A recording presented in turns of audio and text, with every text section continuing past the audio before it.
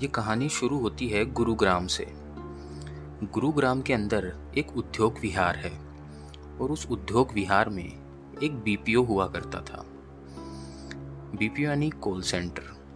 ये बात सन 2005 की है। अब उस बीपीओ के अंदर एक लड़की काम किया करती थी। उस लड़की का नाम रोज था। 25-26 साल लगभग उस लड़की की उम्र थी और वो अपने काम में काफ़ी होनहार थी। रोज को उस बीपीओ में काम करते हुए काफ़ी महीने बीत चुके थे। बीपीओ के अंदर रोज अपने काम को काफ़ी गंभीरता से लिया करती थी, बल्कि उसके काम का असर ये था कि वो लगातार कई महीनों तक एम्प्लॉय ऑफ द मंथ भी बनी थी। अब एम्प्लॉय ऑफ द मंथ बनने के कारण उसका जो टीम लीडर है या उसके जो एचआर हैं, उनकी नज़रों के अंदर भी रोज़ आ चुकी थी। वो सब जान चुके थे कि रोज़ एक काफ़ी होनहार लड़की और अपने काम को बड़ी ईमानदारी से करने वाली लड़की है। अब हमेशा की तरह रोज़ अपने दफ्तर जाती है और दफ्तर में जाकर वो अपनी टेबल, जहाँ पर वो हमेशा बैठ के अपना काम किया करती है, वहाँ बैठ जाती है। अचानक से बीपीओ के अंदर एक कॉल आता है। ये कॉल किसी कस्टमर का था। वो कॉल रोज़ उठाती है। उस कॉल को उठाने के बाद रोज़ उस फ़ोन पर बात करना शुरू करती है। आम तौर पर किसी कॉल सेंटर में होने वाले कॉल की एवरेज ड्यूरेशन 3 से 5 मिनट की होती है, परंतु उस दिन वो कॉल जो रोज़ जिस पे बात कर रही थी, उस कॉल की जो ड्यूरेशन थी वो लगभग 1 घंटा हो चुकी थी और शायद 1 घंटे से भी कुछ 2-4 मिनट एक्स्ट्रा ही हो गई थी। रोज़ की टीम लीडर भी वहीं उसके आसपास घूम रही थी। उस टीम लीडर ने 2-4 बार आते जाते ये नोटिस किया कि रोज़ अपने कॉल पर जो बात कर रही है उसकी ड्यूरेशन काफ़ी ज़्यादा हो चुकी है। टीम लीडर ने सोचा कि आम तौर पर किसी भी कॉल की ड्यूरेशन इतनी ज़्यादा नहीं होती है, पर उसने सोचा कि हो सकता है कि सामने कोई गंभीर मसला हो और उसी मसले को हल करने में ये कॉल ज़्यादा लंबी चल रही हो। ऐसा सोचकर उसने भी उस बात को आई गई कर दिया। लगभग 1 घंटे की बातचीत के बाद फ़ोन कट होता है। उसके बाद अचानक से रोज़ का रवैया बिल्कुल चेंज हो जाता है। वो गुस्से में भी थी, कुछ परेशान भी लग रही थी और किसी को बिना कुछ कहे, बल्कि उसके कुलीग थे, वो उसे ऐसा देखकर उससे पूछते भी हैं कि क्या बात हुई, पर वो किसी से कुछ नहीं कहती और किसी को बिना बताए अपना बैग उठाकर दफ्तर से बाहर चली जाती है। रोज़ के जाने के बाद उसकी टीम लीडर रोज़ के बगल में बैठी हुई उसकी कुलीग से आकर बात करती है। वो पूछती है कि रोज़ कहाँ गई है, तो वो कुलीग बताती है कि उसने बिना कुछ बताए सिर्फ इतना बोला कि मुझे घर जाना है और अपना बैग उठाकर घर चली गई। अब रोज़ एक होनहार लड़की थी, इस वजह से उसकी टीम लीडर रोज़ के प्रति परेशान होती है और ऊपर से रोज़ काफ़ी देर से एक एवरेज ड्यूरेशन से भी ज़्यादा कॉल पर बात किए जा रही थी और बिना कुछ बताए दफ्तर से चली भी गई थी।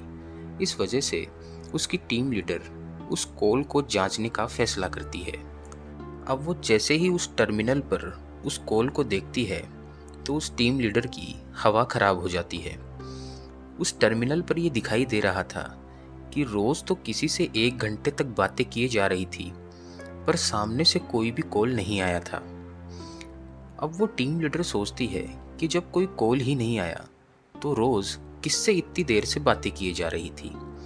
पर वो टीम लीडर सोचती है कि हो सकता है कि कोई मसला हो और उस बात को आई गई कर देती है। अब अगले दिन रोज़ को टाइम पर दफ्तर पहुंचना था, पर वो आज ऑफिस नहीं आई थी। तो उसकी टीम लीडर ने अपने ऑफिस में पता किया। उसके कुलीग से पूछा गया तो सभी ने बताया कि हमें कुछ भी मालूम नहीं है। अब ये सब चीज़ें देखकर उसकी टीम लीडर ने सोचा कि रोज़ एक होनहार लड़की है, अपने टाइम की पंक्चुअल है, आज तक कभी ऐसा नहीं हुआ, कई बार एम्प्लॉय ऑफ द मंथ रह चुकी है, तो आज आखिर ऐसी क्या बात हुई कि जिस वजह से बिना बताए रोज़ ऑफिस में नहीं आई है। टीम लीडर को लगता है कि रोज़ कल कुछ परेशान दिखाई दे रही थी, तो शायद हो सकता है कि कोई मसला हो, इस वजह से आज वो दफ्तर नहीं आई होगी। तो ऐसा सोचकर वो उस बात पर ज़्यादा ध्यान नहीं देती है। पर अब इन चीज़ों को 3-4 दिन बीत जाते हैं और 3-4 दिनों से रोज़ बिना किसी इन्फॉर्मेशन के दफ्तर नहीं आ रही थी। अब उसकी टीम लीडर कुछ परेशान होती है, क्योंकि इन 3-4 दिनों के अंदर उसने रोज़ को काफ़ी ईमेल भी किए थे और कुछ फ़ोन वगैरह भी करके देखा था, पर उसका फ़ोन स्विच ऑफ आ रहा था। उसकी टीम लीडर सोचती है कि 3-4 दिनों से रोज़ ने ना तो किसी मेल का जवाब दिया है और ना ही मुझे कॉल बैक वापस किया है, और किसी को भी कोई सूचना दिए बगैर वो 3-4 दिनों से ऑफिस नहीं आ रही है। 1-2 दिन और बीतने के बाद टीम लीडर अपनी कंपनी के एक ड्राइवर को रोज़ के बताए हुए पते पर भेजती है। अब वो ड्राइवर उस घर पर पहुंचता है जहां का पता रोज़ ने अपने दफ्तर में लिखवाया हुआ था। ड्राइवर बेल बजाता है।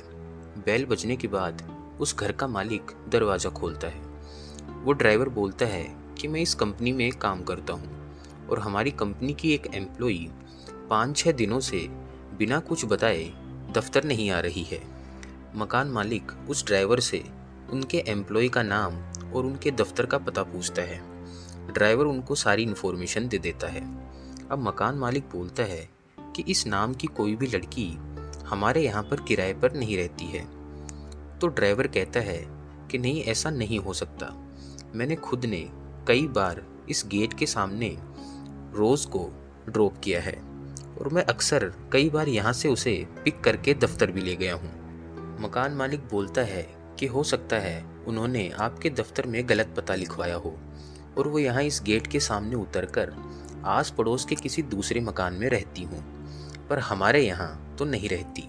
ये बात ड्राइवर को भी काफ़ी अजीब लगती है, क्योंकि उसने कई बार रोज़ को दफ्तर ले जाने के लिए इसी एड्रेस से पिकअप भी किया था और यहीं पर काफ़ी बार लाकर छोड़ा भी है, पर अब ड्राइवर कुछ नहीं कर सकता था। मकान मालिक ने जैसा बताया उसने वो बात जाकर अपने दफ्तर में सेम वैसे के वैसे बता दी। ड्राइवर के बताने के बाद वहाँ के एचआर और टीम लीडर को काफ़ी अजीब लगा।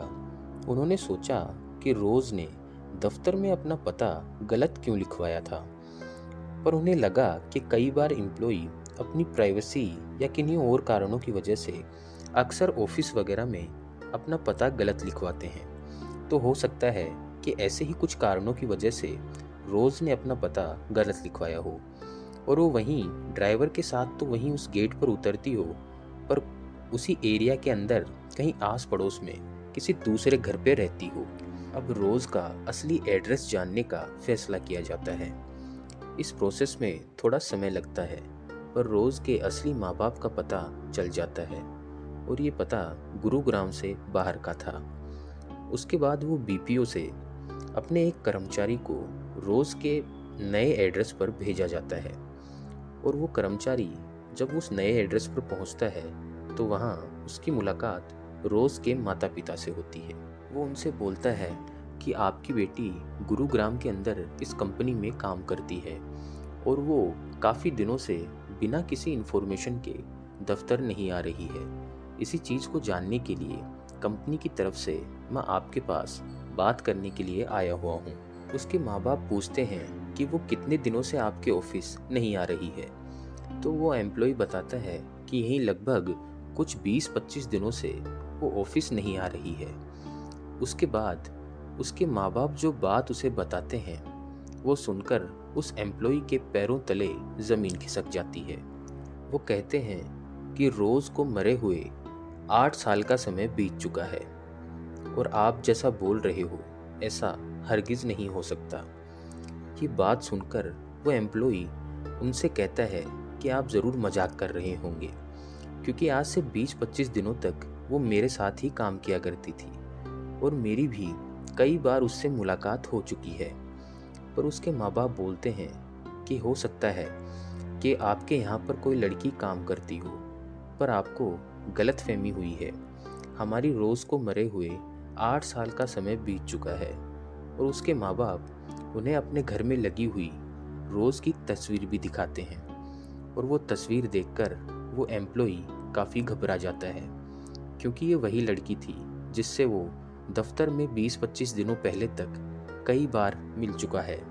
अब वो घबराए हुए ढंग से अपने ऑफिस पहुंचता है और ऑफिस जाकर रोज़ के माँ बाप ने जो उनसे कहा वो सारी बात अपने ऑफिस में अपने सीनियर्स को बताता है, पर उसकी बात पर कोई भी यकीन नहीं करता है। वो एम्प्लॉई उनके घर से रोज़ की फ़ोटो भी लेके आता है। वो फ़ोटो बिल्कुल सेम थी, क्योंकि रोज़ का उस कंपनी में आई कार्ड वगैरह बना हुआ था, तो दोनों चीज़ों की फ़ोटोज़ मैच हो रही थी। तो सब समझ चुके थे कि ये लड़की तो वही है, परंतु इसके बारे में ऐसा क्यों बोला जा रहा है। अब इस बात के बाद में उस कंपनी के कुछ सीनियर्स ने रोज़ के माँ बाप से बात करी, तो उन्हें आखिरकार ये समझ में आया कि उसके माँ बाप सच बोल रहे हैं और ये जो लड़की है जो अपने दफ्तर में काम कर रही थी, इसकी मौत लगभग 8 साल पहले हो चुकी है। अब ये बात ऑफिस के अंदर जैसे ही कुछ 2-4 कर्मचारियों को पता लगी, तो जो रोज़ की जो बेस्ट फ्रेंड थी, उसकी कुलीग, उसको इस बात के बारे में पता चलने के बाद दिल का दौरा पड़ जाता है। और उस ऑफिस के ही कुछ और लोग जिनके साथ रोज़ का कुछ नज़दीकी कनेक्शन था, जिनके साथ वो उठा बैठा करती थी, उन लोगों की भी दिमागी हालत अचानक से बिगड़ने लग जाती है। अब कंपनी ने सोचा कि अगर ये बात ज़्यादा फैलने लग गई तो हो सकता है कि बाकी कर्मचारी भी डरने लग जाएं और इस कंपनी को बंद करना पड़े। इसी वजह से इस बात को दबाने की कोशिश होने लगी। पर ऐसी बातें कितना भी छुपाने की कोशिश करें, लेकिन लोगों तक पहुंच ही जाती हैं। अब जब कंपनी के बाकी एम्प्लॉयज़ को इस बारे में पता लगा, तो सभी एक एक करके उनके साथ हुए डरावने हादसे जो उस बीपीओ के अंदर हो चुके हैं, उनके बारे में बताने लगे। जैसे एक सिक्योरिटी गार्ड ने बताया कि एक बार वो नाइट शिफ्ट के दौरान बेसमेंट में बैठा हुआ था, तो थोड़ा आराम करने के लिए वो सामने चेयर लगाकर उस पे पैर फैलाकर सो गया। तो 1-2 बार उसके साथ ऐसा हुआ कि जैसे किसी ने उसका पैर पकड़ के ज़मीन पर पटक दिया हो, परंतु उसने ध्यान नहीं दिया। पर तीसरी बार उसके साथ किसी ने उसका पैर खींचकर उस सिक्योरिटी गार्ड को नीचे गिरा दिया।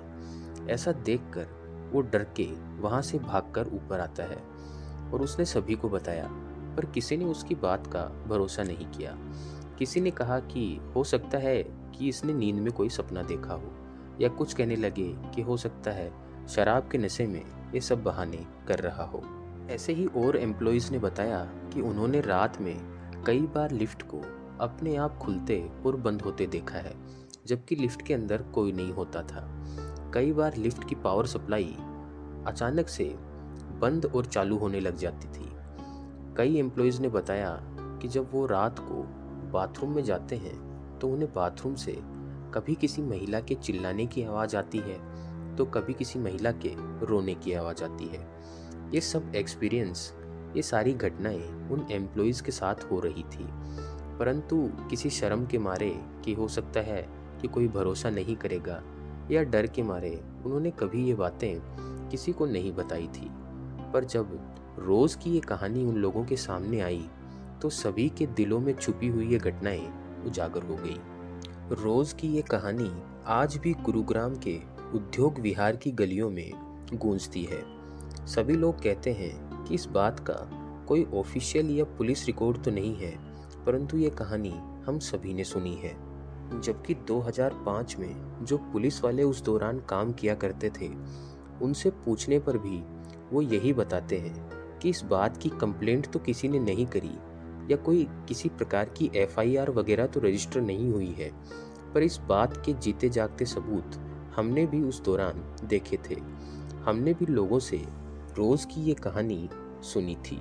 तो भूत प्रेतों से जुड़ी हुई ये कहानी आपको कैसी लगी, कमेंट में ज़रूर बताइएगा। और भूतों से जुड़ी हुई ऐसी ही सच्ची घटनाएं इस चैनल के माध्यम से आपके सामने लाता रहूँगा।